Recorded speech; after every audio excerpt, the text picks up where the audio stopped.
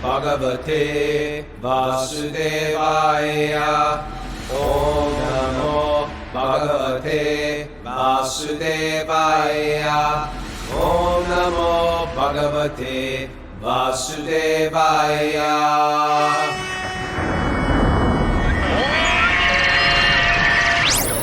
Live from Super Soul Farm, this is Wisdom of the Sages, a daily yoga podcast with your host Raghunath and Kaustubha Das, the Senior Director and Educator at the Bhakti Center in New York City.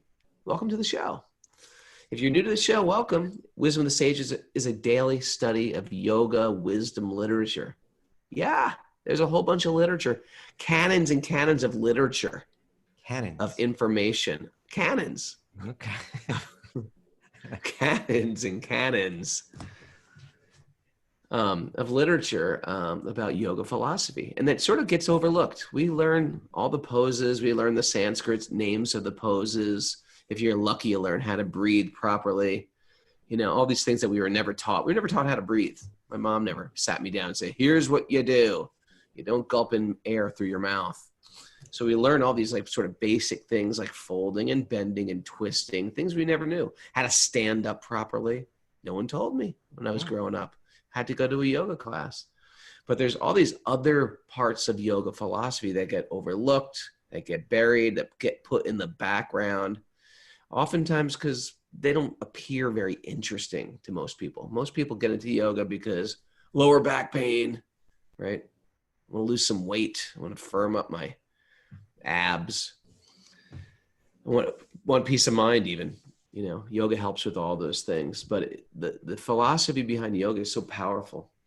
We find that our real work in the world is that we're a mess often. We're a mess.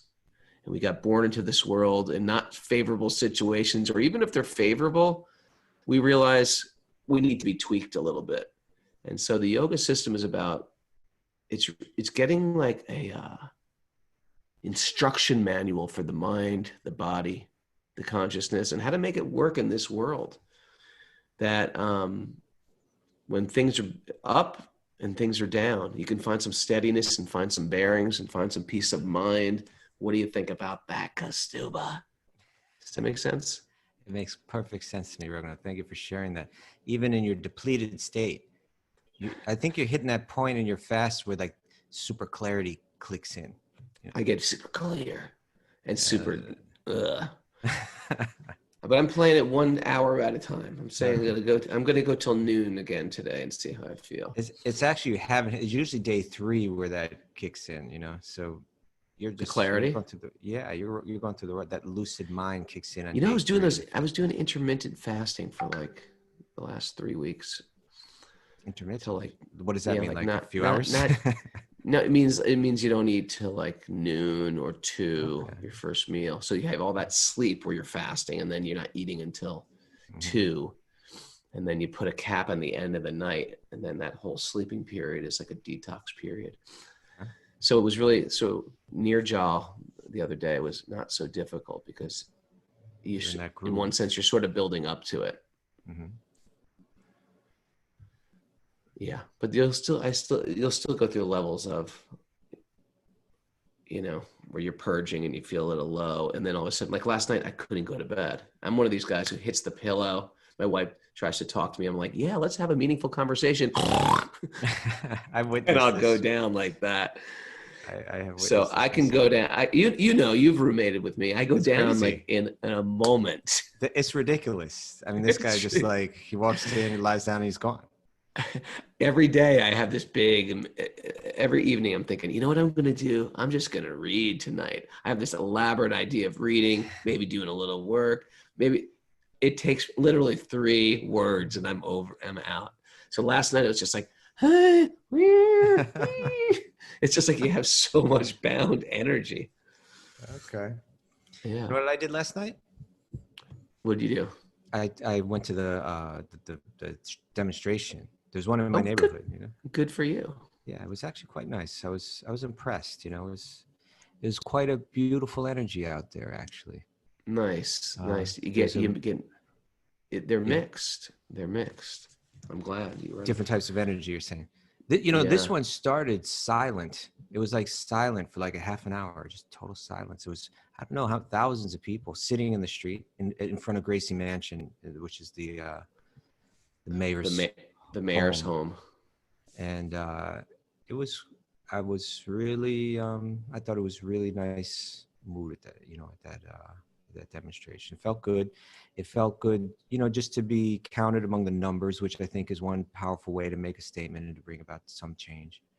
Mm. And my street, 96th Street, is the border. It's for traditionally 96th Street has always been the border, right? Like the border between the Upper East Side and Spanish Harlem on the east side, and it was kind of similar on the west side too.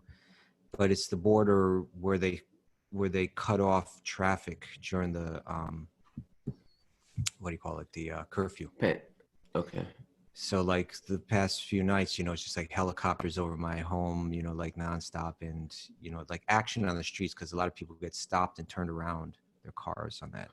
So there's like all this tense energy on my block, but actually the energy in the demonstration was very beautiful and really nice.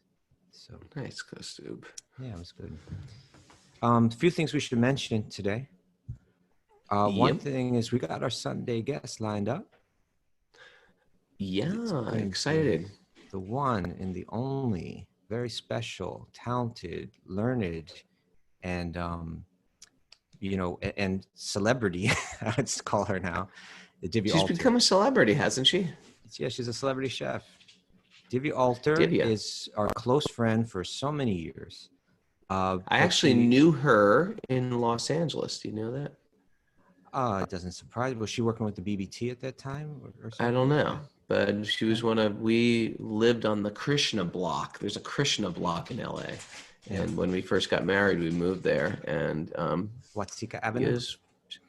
We became good friends back then. And then we both moved to New York. And then, so go ahead, give her the intro. She's from Bulgaria, and she was like one of these people she knows Sanskrit. I think she may have been doing like Sanskrit editing with the BBT in LA. That's probably why she was living in Los Angeles at the time. She knows Bhagavatam. She knows like the philosophy very well, so she's learning in that way, but she also became very learned in Ayurveda. And her and her husband, Prentice, who's also our friend, they were living in the Bhakti Center and doing these Ayurvedic courses and Ayurvedic cooking, as well as like sending out lunches for some years with us there. But then she took over the restaurant in the Bhakti Center, turned it into Divya's Kitchen, and it just blew up, because it's got, that restaurant has more integrity than any I've ever, it's just like, they will only use the best ingredients, and all the meals are cooked according to these Ayurvedic principles. And she's a brilliant chef. So she created a really super dynamic menu. And it just, she's gotten so much press and so much attention. It's an incredible restaurant. She's just a great teacher. Divya has a big following in the LA Ayurveda scene. That's what Christina says. Yeah. I mean, so in any case, she's become, she's and the restaurant's doing great, isn't it? The restaurant is, we'll talk all about that in the show, but yeah, it's doing great. The part of its integrity is that they don't serve alcohol, which makes it difficult to survive in New York. Particularly when like the ambiance is kind of, it's a little bit upscale, so people come there for dinner and they expect to drink some wine. If there's no wine list, a lot of people just, they'll scratch it off. How do you survive as a restaurant not selling alcohol? So in New York City. Yeah, you got to be really good, and that's what she is. And so we're gonna interview her on Sunday morning about Ayurveda, about cooking, about her restaurant, but also about Bhagavatam. And she's gonna come back. We have to pick a day and an hour. She'll come back to do a program for our Patreon members on the fundamentals of Ayurvedic cooking. And you can't get a better teacher for that than Divya. So looking forward to that. Nice. Maybe we could have a little cook-off with Mara. Oh, no, cook-off. Mara. Oh, yeah. Come on. Turn it into a competition. It's all about, remember, it's all about competition. Try these vegan meatballs on for size. But another thing that's really beautiful is that I'm seeing left and right Wisdom of the Sages listeners getting their big sets of Bhagavatam and other sets of books from the New York City Harinam people. What's their email address? nycbhakti@gmail.com. nycbhakti@gmail.com. If you want to order anything, those guys are the guys. Every time I see one of our listeners get that big set, I'm like, oh, look at that. They got a big, beautiful Bhagavatam set in their home now. Yeah, it's like their home becomes an altar with the Bhagavatam. Yeah. All right. What do you say we dive into the Bhagavatam? Let's do it. Narayanam namaskritya naram chaiva narotamam devim saraswatim vyasam tato jayamudiraye. Before reciting the Srimad Bhagavatam, which is the very means of conquest, one should offer respectful obeisances to the personality of Godhead, Narayan, unto Narayan Rishi, the supermost human being, unto Mother Saraswati, the goddess of learning, and to Srila Vyasadeva, the author. Nasta prayeshva badreshu nityam bhagavat sevaya bhagavati uttama shloke bhaktir bhavati naishtaki. By regular attendance in classes on the Bhagavatam and by rendering service to the pure devotee, all that is troublesome to the heart is almost completely destroyed, and loving service to the personality of Godhead, whose praise with transcendental songs is established as an irrevocable fact. Om Agyanatamarandasya Gyananjana Shalakaya Chakshurunmadatam Yena Tasmai Shri Gurave Namaha. Reading from the Srimad Bhagavatam. All right. We are on chapter 1. I'm sorry. Canto 1, chapter 13, text 23. Text 23. There we go. Yeah.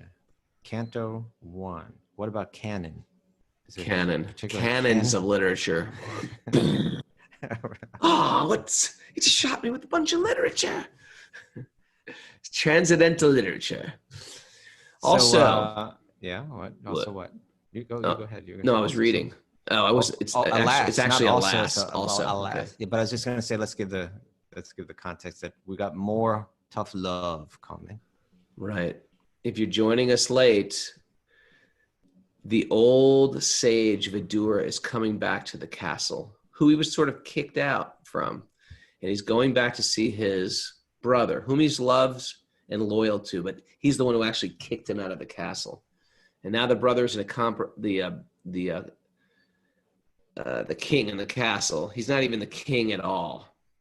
The real king is his nephew, who he himself tried to kill, and now he's living in this castle by the mercy of that nephew. And so the wise brother has come back and said, listen, you're old. It's time to get serious. You've wasted your life.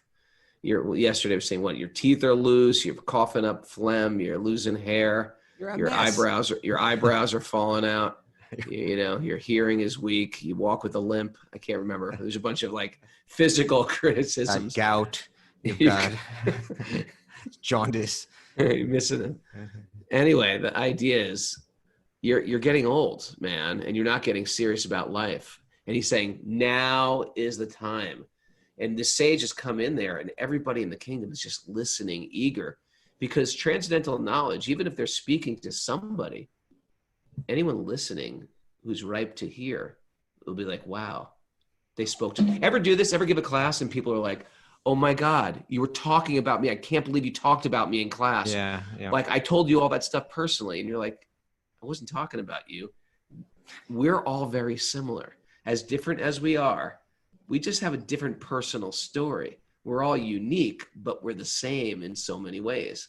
So oftentimes when you hear a reading or you read from a book of wisdom, you're like, that was talking to me. That's a good place. That means you're ripe to hear truth. And we right? Huh? Yeah, no, I love that phrase, ripe to hear. Yeah. It's in one sense, we could say that all of our, you could say all our practices, but also like all of the events in our life are there really for no other purpose. To make us ripe to hear. Make us ripe to hear. Right. So I want to, I have different feelings as I read, right now we're reading Bhagavatam, but it's reading like Mahabharata, right? Because it's all the Mahabharata characters in it. Yeah. And especially when I read Mahabharata, because it's so like Bhagavatam is many short stories. Of course, it's got Krishna's big life story right there, you know, in the 10th canto. 10th canto, there's 12 cantos. 10th canto is 1/4 of the entire thing. So it's by far the biggest. Yeah, that's Krishna's life is told. And, you know, basically that's what the 10th canto is Krishna's life. But like Mahabharata is just massive, and it's just the same characters throughout, you know, the Pandavas. And when I hear like these descriptions, Vidura speaking to Dhritarastra, Yudhishthir's there, Draupadi's there, Arjuna's there, don't you just feel like, oh, I just wish I could be there to see, you know, for so many years hearing about these characters, to see them, to be there in their presence as these kind of conversations. Wouldn't it just be incredible? I would. It's just like my heart just churned, you know, just like, oh man, I would just love to see Vidura, see what it looks like when he walks in. I want to see Vidura. If I could see somebody, I'd like to see Vidura. I would love to see Vidura. Imagine what he looked like walking in there, you know. He's probably dressed different than when he walked out. He probably walked out like in a more regal kind of dress. Yeah, he's been sort of like on the road. Yeah. You know. And now he's walking in probably like in that sadhu vesh, you know, probably just in some you know, simple robes, you know, or even loincloth. Who knows exactly what he looked like. He's walking in there just with nothing but goodwill, you know. Everybody's so happy to see him, but he's carrying a message. He's got a strong message. He's determined that it's a pure message of love, but it's going to come in this, hey, it's time to wake up, my brother, you know. Yeah.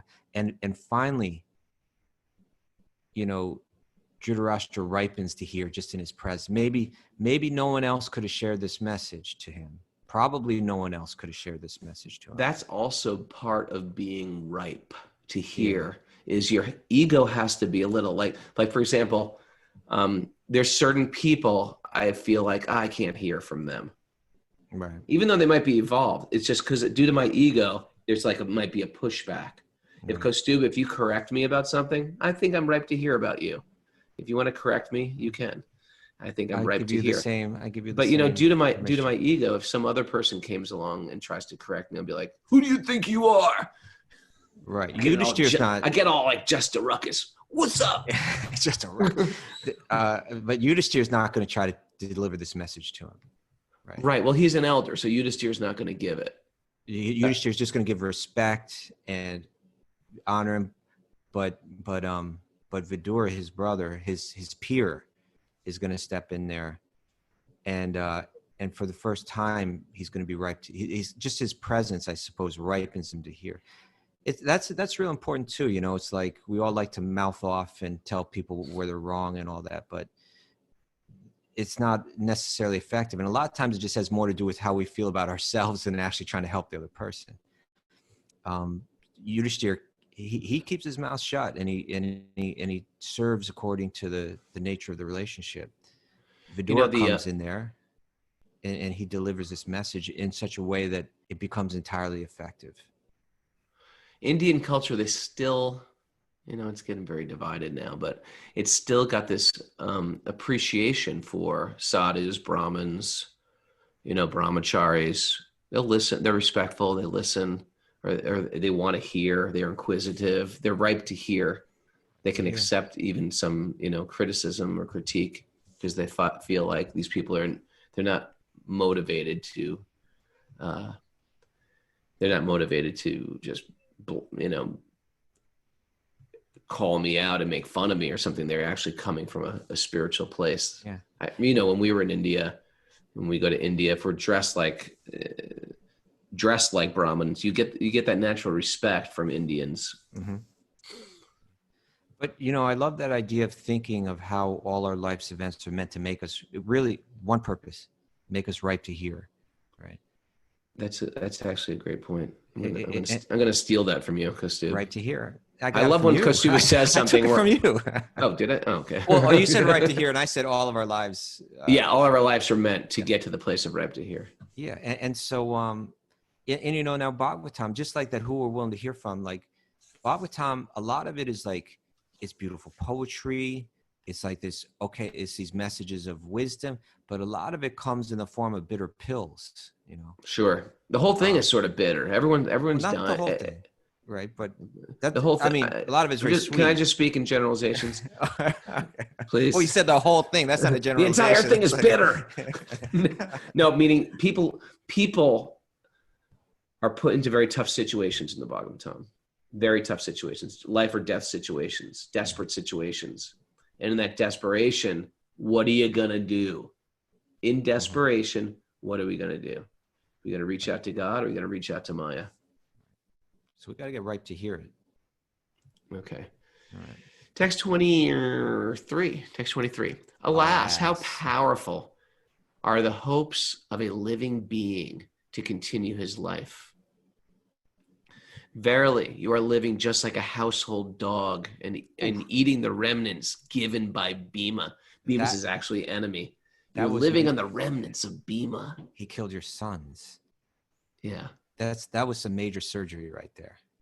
That was some like a psychic surgery. You're like, not only are you living like a household dog, the person that's throwing you the scraps is the one that killed your sons. Now wake up. The one you actually hate. Yet you're living with him. Yeah. There is no need to live a degraded life and subsist on the charity of those whom you tried to kill by arson and poisoning. You are also... Whoa. How about purport? Okay. Purport of you got excited. Sorry. Look, you got your life back, man. I'm back. You read the Bhagavatam. The Bhagavatam gives life. It does. Alas, how... It's lucid Raghunath. Alas, how powerful are the hopes of a living being to... Okay, so, purport. You're almost back. You're not... Almost back. A sadhu should never flatter kings or rich men to live comfortably at their cost. Oh, so important, right? The sadhu can say whatever he wants. Even though he's got nothing, he reserves that right to just... But like the role of the sadhu in Indian society is that they get all this respect. A lot of times it comes in the form of money,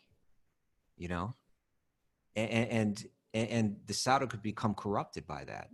He'll probably say, no, sadhu doesn't flatter people just so that they can live comfortably. The sadhu is living so like we need a donation for our temple. Go over there. There's some wealthy people, their congregation members, flatter them. They're not thinking like that. A sadhu just has to be straightforward. If they get money, they get money. If they don't get money, they don't get money. And they just have to deal with it. The truth speakers. Yeah. The sadhu should never flatter kings or rich men to live comfortably at their cost. A sadhu is to speak to the householders about the naked truth of life so that they may come to their senses about the precarious life in material existence. Naked truth. Stripped down talk. Right. Dhritarastra is a typical example of an attached old man in household life. He had become a pauper in a true sense, yet he wanted to live comfortably in the house of the Pandavas, of whom Bhima especially is mentioned, because personally, he killed two prominent sons of Dhritarastra, namely Duryodhana and Dushasana. These two sons were very much dear to him for their notorious and nefarious activities, and Bhima is particularly pointed out because he killed these two pet sons.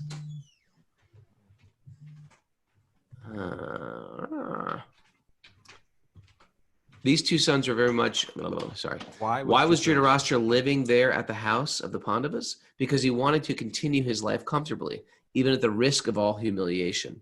Vidura, therefore, was astonished how powerful is the urge to continue life. Yeah, it's the most powerful thing, right? Yep. This sense of continuing one's life indicates that a living being is eternally a living entity and does not want to change his bodily habitation. Nice way to put it, right? The foolish man does not know that a particular term of bodily existence is awarded to him to undergo a term of imprisonment, and the human body is awarded after many, many births and deaths as a chance for self-realization to go back home, back to Godhead. So this is it. We're eternal beings. If we could just, the Bhagavatam again and again makes you do this.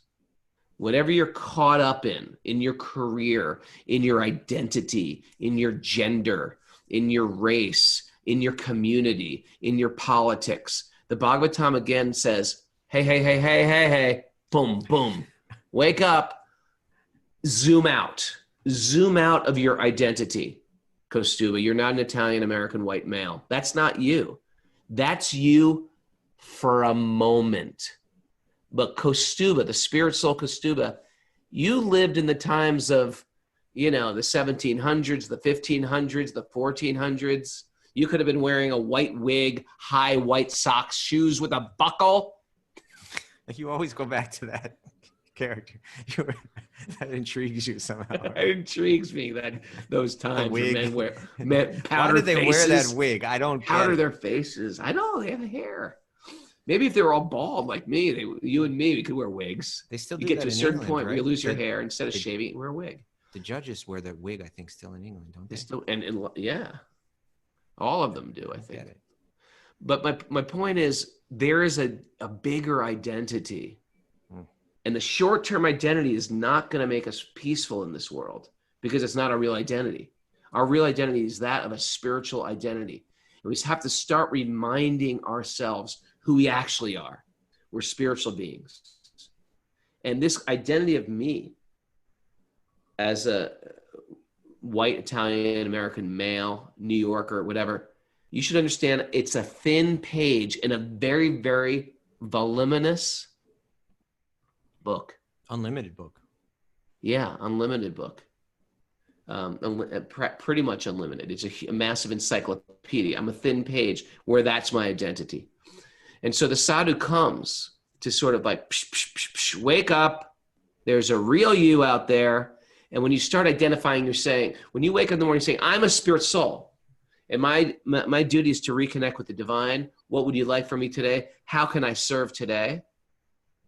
How can I be of service? How can I reconnect today? That's when we start calling ourselves by that identity.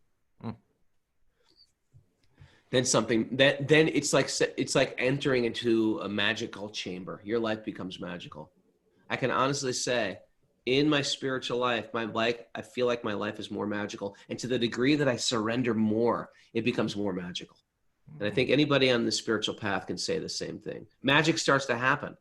The world is not ordinary, not by a long shot. The world is a magical place when you're connected to your spiritual life. It's not just drudgery. If it's just drudgery, we're doing something wrong. All right. And even though spiritual life should be joyful. Why? Because we are joyful. That's what we are. That doesn't mean we're just like aloof to everything. Matter of fact, we're going into no one likes to think about this. Like, I'm getting old. I got to get even more serious. Generally, when we read, that's at the forefront of the conversation. We are in a precarious situation in this body. Ever see those kids play the party games where they're carrying a spoon with an egg on it and they have a race? This is a big American pastime. We are that egg. You're that egg. You're that egg, and at any moment, you're off the spoon. And it can happen in millions of horrific ways. Hit by a car, hit by a train, disease, fall, taking a selfie, falling off a cliff. That's a big one, that. I heard about that. Selfies recently. kill so many people. Anyway, it's very precarious how we could die. And at any moment, it's not just ripe old age, but also in old age, we have to start thinking like a sadhu. So the sadhu comes. A sadhu like Vidura is meant to awaken such blind persons and thus help them go back to Godhead, where life is eternal. Once going there, no one wants to come back to this material world. Well, what's wrong with the material world? I got a great life here. Yeah, well, good luck. That was your life. That was your karma. And guess what? You don't keep that karma. Your karma is measured. That you got some good karma. That might be true. By the way, most people don't have that good of karma. Most people have very mixed, a mixed hand, so to speak. You don't have all aces. It's not a full house. You got a couple threes in there, a four in there if you're talking poker, right? Yeah. So we don't, I've had a 4 dealt to me, right? I've had an ace. Some people get a royal flush and they think, well, what's wrong with life? Life is great. It depends what you do with your good karma. Comes. Yeah. Right? Yeah. Well, it depends what you do with your good karma. A lot of people get good karma and they ruin their life. They make millions of bad choices. Moby just shared how he got into addiction and stuff like that. He took that karma and he wrecked his life and he rebuilt it.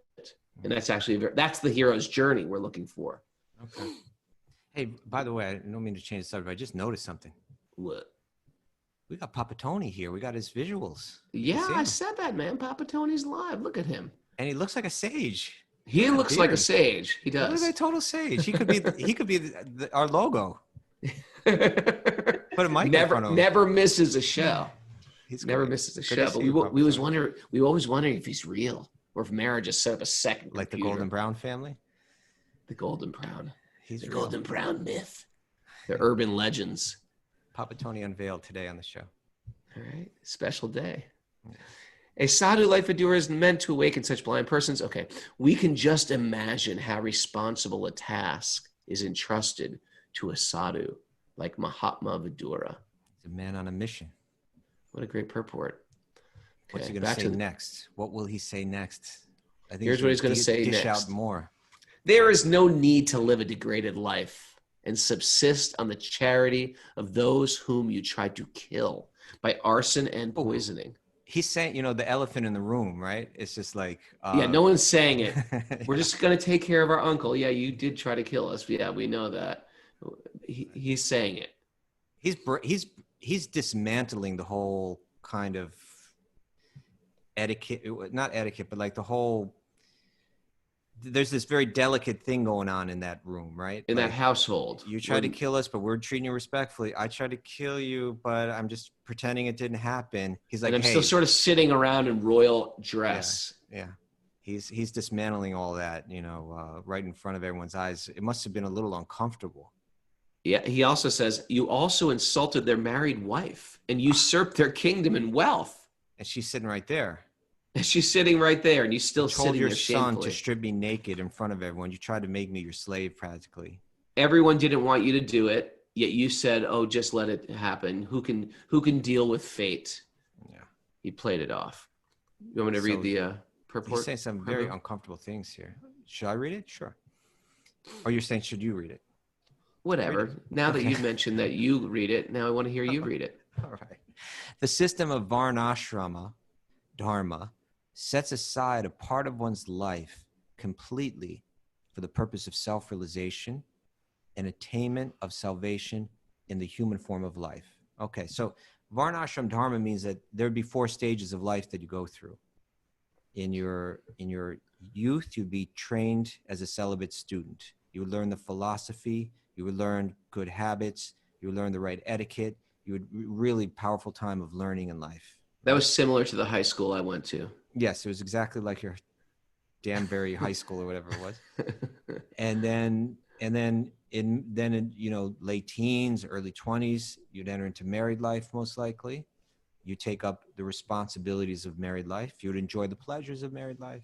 You would mix with sex and money and these other aspects of material life. But at the same time, you're taking all that, what you learned in your youth, and it's all starting to play out in front of you. And you have those things that you learned, now you're beginning to realize about life. The joys and the pains of life that you studied as a brahmachari, you're beginning to experience them, and the realization is becoming deeper. Then at a certain age, say about 50 or so, husband and wife, sex would be done, making money would be done, children would be taking care of the bills, and they'd be focused on their spiritual life. And then at the very end, husband and wife might also split and go extremely deep into that. And so when Srila Prabhupada says that the system of Varnashram-Dharma sets aside a part of one's life completely for the purpose of self-realization and attainment of salvation in human form of life, it means there were years of my life that are exclusively, without any other responsibilities, exclusively focused on my spiritual life. And there's that, really helpful key to life, that there should be certain hours in the day that are exclusively for my spiritual practice. Right? Set aside, I'm not going to be doing anything else. These 2 hours, I'm going to be doing my chanting, my meditation. I'm going to be doing my reading exclusively. So certain hours of the day, certain days of the month, like we just had Ekadashi, we could say today, it's hard when we have jobs and we can't get out of them and stuff, but as far as possible today, I dedicate this day exclusively to my spiritual practice. And then months of the year, it's hard to do in the world that we live in, but at least there could be a month like, say, Kartik, which comes in the fall, where we're going to increase our spiritual practice. Ideally, we could spend it exclusively, a month just exclusively for my spiritual practice. That's the kind of thing where like someone can come to India with us. Hey, make this month entirely exclusively dedicated to your spiritual life. And then certain years of one's life as well, hours of the day, days of the month, months of the year, years of one's life exclusively devoted to one's spiritual life. And Vidura's coming in here and saying, hey, these are the years that you're meant to be dedicated exclusively to your spiritual life. And you're sitting around here, this palace, like you're some kind of king. It's a joke, man. Wake up.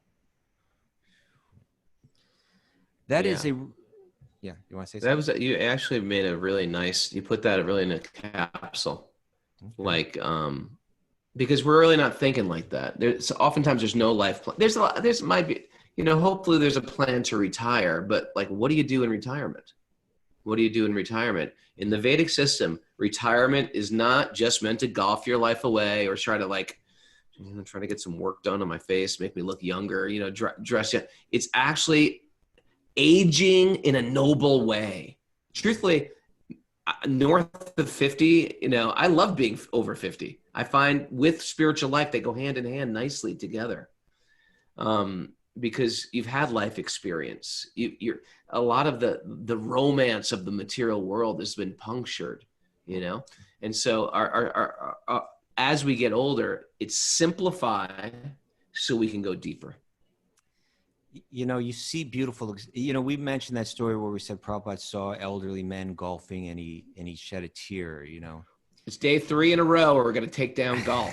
Well, you brought it up, but it's not just because they're playing golf, but it's because particularly at that age, right? That's the age where, is this what retirement is? That you just try to like burn off the hours without being totally bored, that you try to distract yourself in some way, and we see in India such beautiful examples. You know how I think about sometimes? Remember Dadu and Vrindavan? I knew you were going to say Dadu. Dadu, right? Well, we knew 2 Dadus. We knew, there's more than one Dadu. We knew Mayapur Dadu and then Dadu was like Dadu. A spicy character. He was a spicy character. And then 4 you feet had tall and real loud. And he carried a stick. Remember he hit that guy with the stick? Yeah.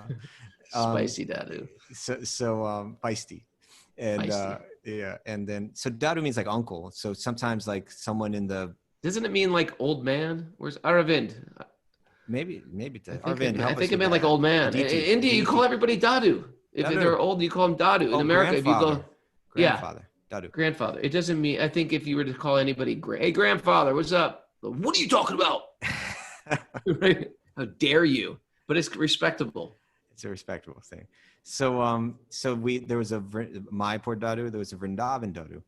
And Vrindavan Dadu was one of these men, I think he was from Calcutta, right? Yeah.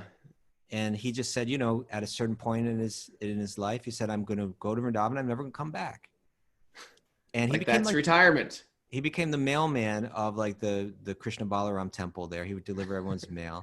He took a vow, like, I will never wear shoes again, right? I'm going to live in the Dham. He was like a sophisticated, cultured, highly educated businessman from Calcutta. And then he took this vow: I'll never wear shoes again. I'm going to live and die in Vrindavan. And we all saw him, and he just delivered the mail.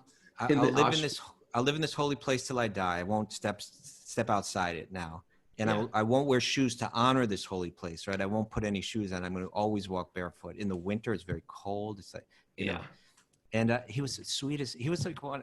How do you describe him? He was like one of these full-on animated characters, just in a gentle way, but like, wrapped up in his thing, and just one of these really kind-hearted people that just manifests in every word that he speaks, Yeah. It's like you meet such interesting people with such incredible backstories in Vrindavan, like how they got there.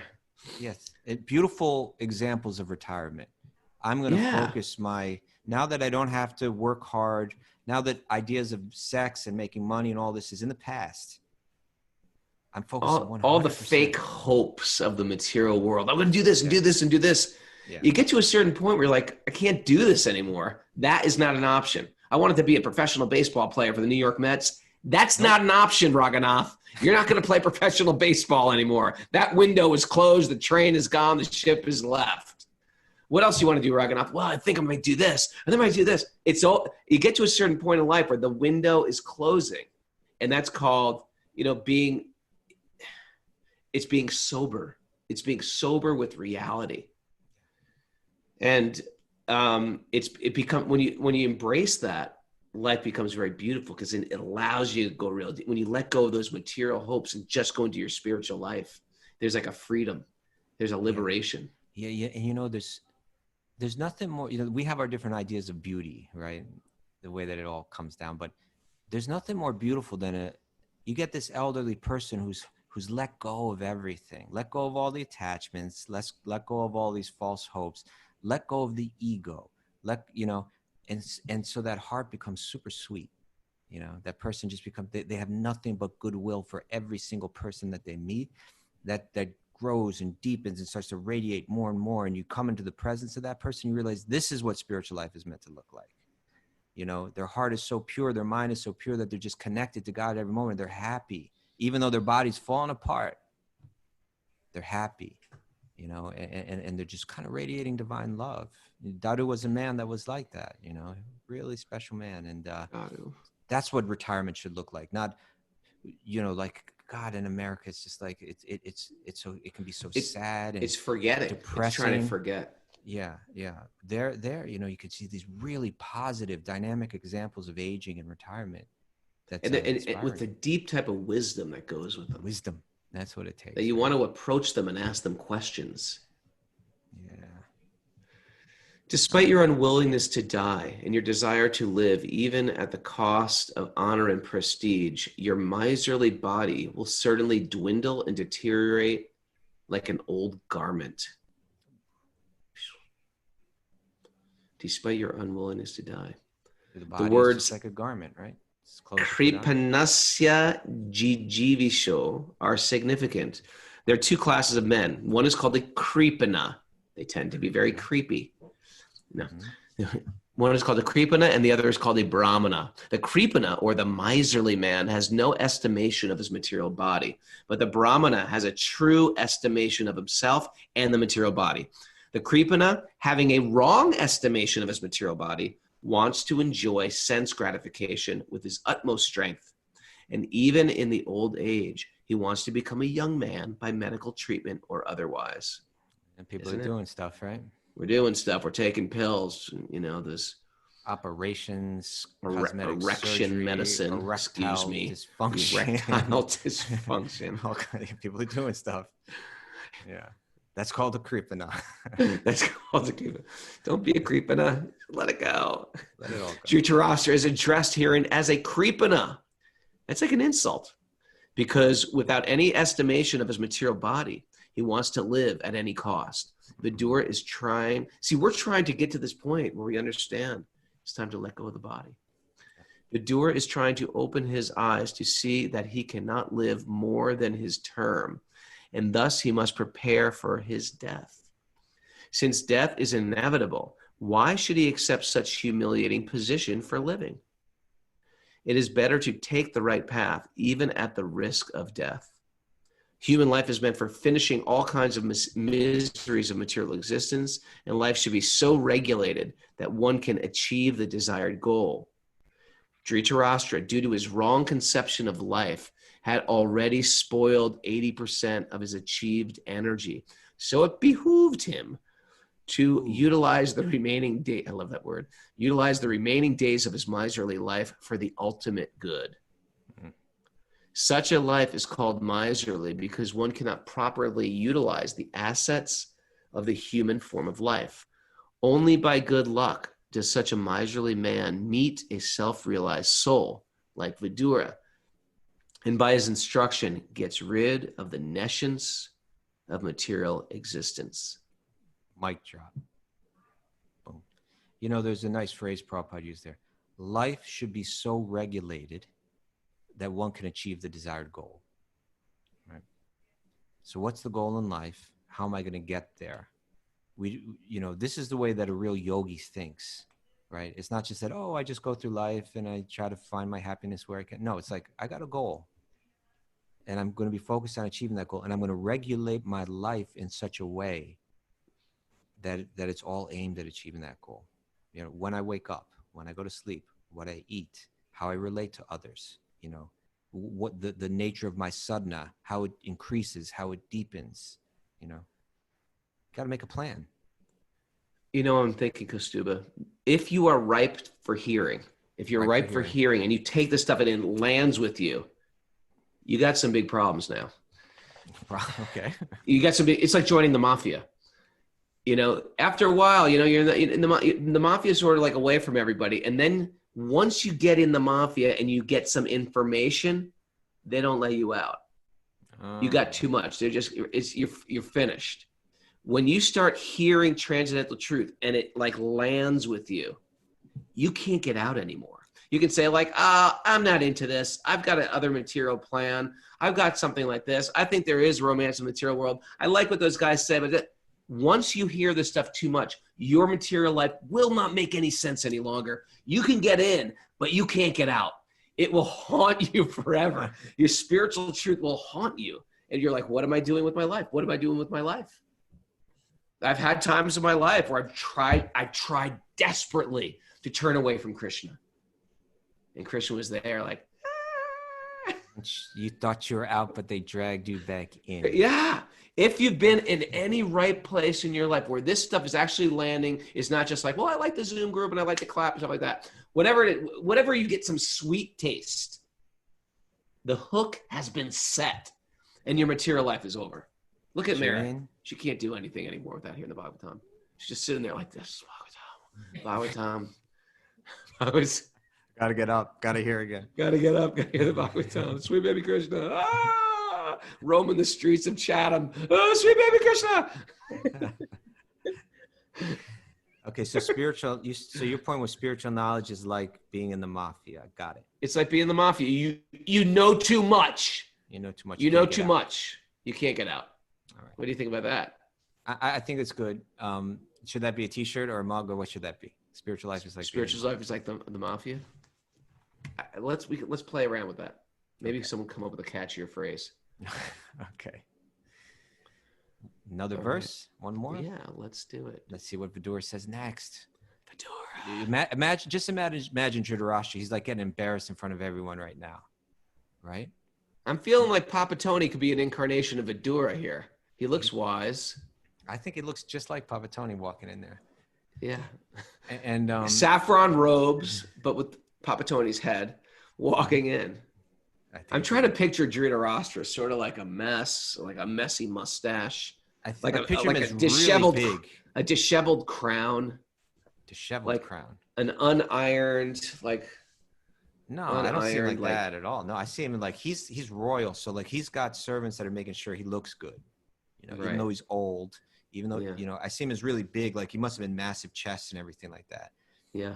But I picture him like, no, he's got like fancy clothes on and all that. And he's still kind of playing that role, although he's getting older and older, and it's looking like, you see, because in their lifestyle, once you reach that age, you're meant to retire and leave all this behind. Why haven't you left it behind yet? What's your problem, guy? You know, so it's kind of like you're still wearing all those royal clothes and everything like that, but you're too old for this. You know, you should be moving on. So that's the way that I see him. But I'm picturing him just hearing one verse after another is just like cutting. Now he must be thinking, oh, that one hurt. You just brought up really uncomfortable truths right here in front of everyone. What are you going to say next? He says, he is called undisturbed, who goes to an unknown remote place and, freed from all obligations, quits his material body when it has become useless. So now, okay, he stopped cutting down, stopped like insulting my life and how I've lived it. Now he's telling me what I have to do. Right. Well, we see this we see this in my own life. It's sort of like, can't eat as much as I used to. I used to be able to eat all day long. Can't eat. As soon as I overeat, I look it. You know, my wife says, you've been eating too many bagels. Your head is looking like a bagel. Stuff like that. The head swells of yeast and gluten. But, you know, people get to a certain point. Their passions diminish. Their diet is bad. They can't walk. They got a sore joints. The body's now becoming useless. We do yoga to take care of the body, to maintain the body. But if you're one of those people who think, yes, there is a longevity, you know, they have this like longevity, we can live forever, herbs. It's just like the body will diminish, even if you live another 10, 20, 30 years, just due to some external superfoods you're eating. So we do our yoga and we do our cleanses, we do our detoxing, we do our fasting. Why?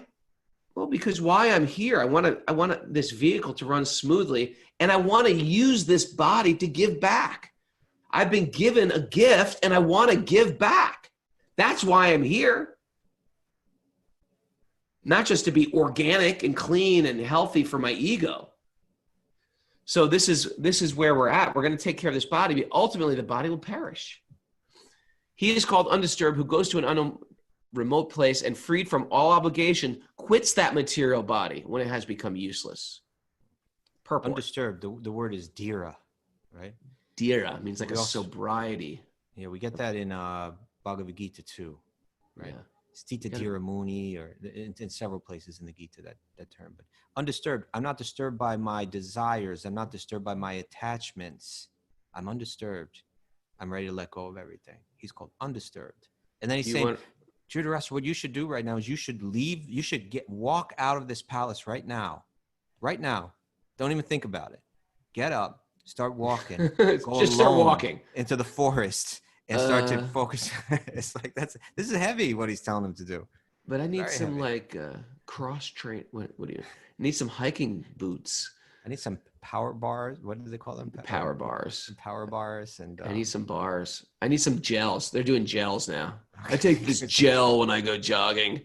And he's saying, no power bar, no gel, no other company. No Merrill sneakers. None of made that. for. Go. Just go. You can wear your wooden shoes. That's where those are going to be your. Not even probably. At that if you haven't point. seen it, if people haven't seen that. No, paduks. Paduka. They're these incredible shoes. You got to see them sometime. They're called padukas, which I just realized means paduka. Like it makes your feet hurt. They're these wooden shoes that brahmacharis wear. They're cut out in the shape of a foot, and they have a doorknob, like you were to open like a dresser. That goes for between your big toe and the next toe. And the pointer, and you clop around. I'm thinking about getting them. I tried to wear them in India, but they like really paduked me. Raghu, you are not meant for those. I think I am. I actually think I'm totally meant for them. And they give me 2 inches height. They lift me up. It's the only way I can get away with wearing high heels and still look reasonably cool. They give me an extra 2. You want to read the purport? Okay. So Prabhupada immediately refers to this great, incredible teacher, acharya, songwriter, incredible figure in the Gaudiya Vaishnava tradition, Narottam Dasa Thakura, a great devotee and acharya of the Gaudiya Vaishnava sect, has sung, "My Lord, I have simply wasted my life. Having obtained the human body, I have neglected to worship your lordship, and therefore I have willingly drunk poison." In other words, the human body is especially meant for cultivating knowledge of devotional service to the Lord, without which life becomes full of anxieties and miserable conditions. Therefore, one who has spoiled his life without such cultural activities is advised to leave home without knowledge of friends and relatives, and being thus freed from all obligations of family, society, country, etc., give up the body at some unknown destination so that others may not know where and how he has met his death. Boom. Like that's detachment, right? It's like most of us, even we're going to die, we want to be known like this forever, and we want, right. You know, I'm going to walk away. Nobody's even going to know where. It's just like everybody's going to wake up and say, he's gone. He left. He left. He just went for his spiritual life. He's gone. We're never going to see him again. And it's from that point on, all my attachments, all my connections, they're gone now. I'm looking at everybody on the Zoom group right now, like, Bhakti Andy left. He just left. He just went to the forest, lives in a cave now. Geneva, she's gone. She was here a moment ago. She just left. Mara's left. gone. She never showed up. She didn't let anybody in the Zoom conference. We were just, that day, we were just wondering, where is she? She's just gone. She got some wooden shoes and just left. Shaved her head. So this kind of thing would happen in that society. And, you know, for us, it sounds, whoa, that's too much. But like in that society, they're kind of ready for it. Like they had a mind that was more prepared for it, you know? Yeah. So Dhira means one who is not disturbed, even when there's sufficient provocation, right? I'm not disturbed. Even when there's stuff that would disturb most people, I'm not disturbed. One cannot give up a comfortable family life due to his affectionate relation with wife and children. Self-realization is obstructed by such undue affection for family. And if anyone is at all able to forget such a relation, he is called undisturbed or Dhira. So in any case, I just noticed we're out of time, but Dhritarashtra's got a challenge in front of him now. Can he take this medicine? Can he act on it? It's a cliffhanger. What do you think, Raghu? We're going to find out tomorrow? Yeah, he's got to put on his padukas and get out of here. Get out of here, Dhritarashtra. Get out of here, Dhritarashtra. What are you doing here? That's what basically said. What are you doing here, Dhritarashtra? You better head north to Badrinath. Get out of here. Go north past UP, past Uttarakhand, on the old walking Sadhu trail, past right. Devaprayag, go north past Devaprayag, at the Alakanandi Bear right, And then die. and then leave your body. Thanks everybody for joining us. That was me doing an impression of the Californians skit from Saturday Night Live, directed towards Dhritarashtra quitting home. Favorite time of day? What was my other favorite time of day? Oh, saying good morning to everybody. There you go.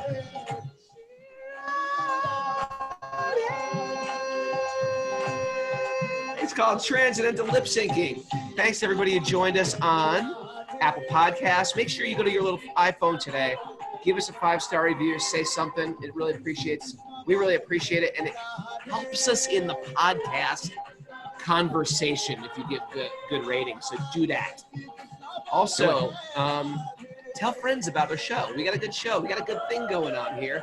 Tell your friends. Let's turn this into. We get like 8,000 people listening a day. Let's turn that into 80,000 people hearing the Bhagavatam every day. That's not far-fetched. Crazier things go viral. Let's make the Bhagavatam go viral. Come on! Shirai!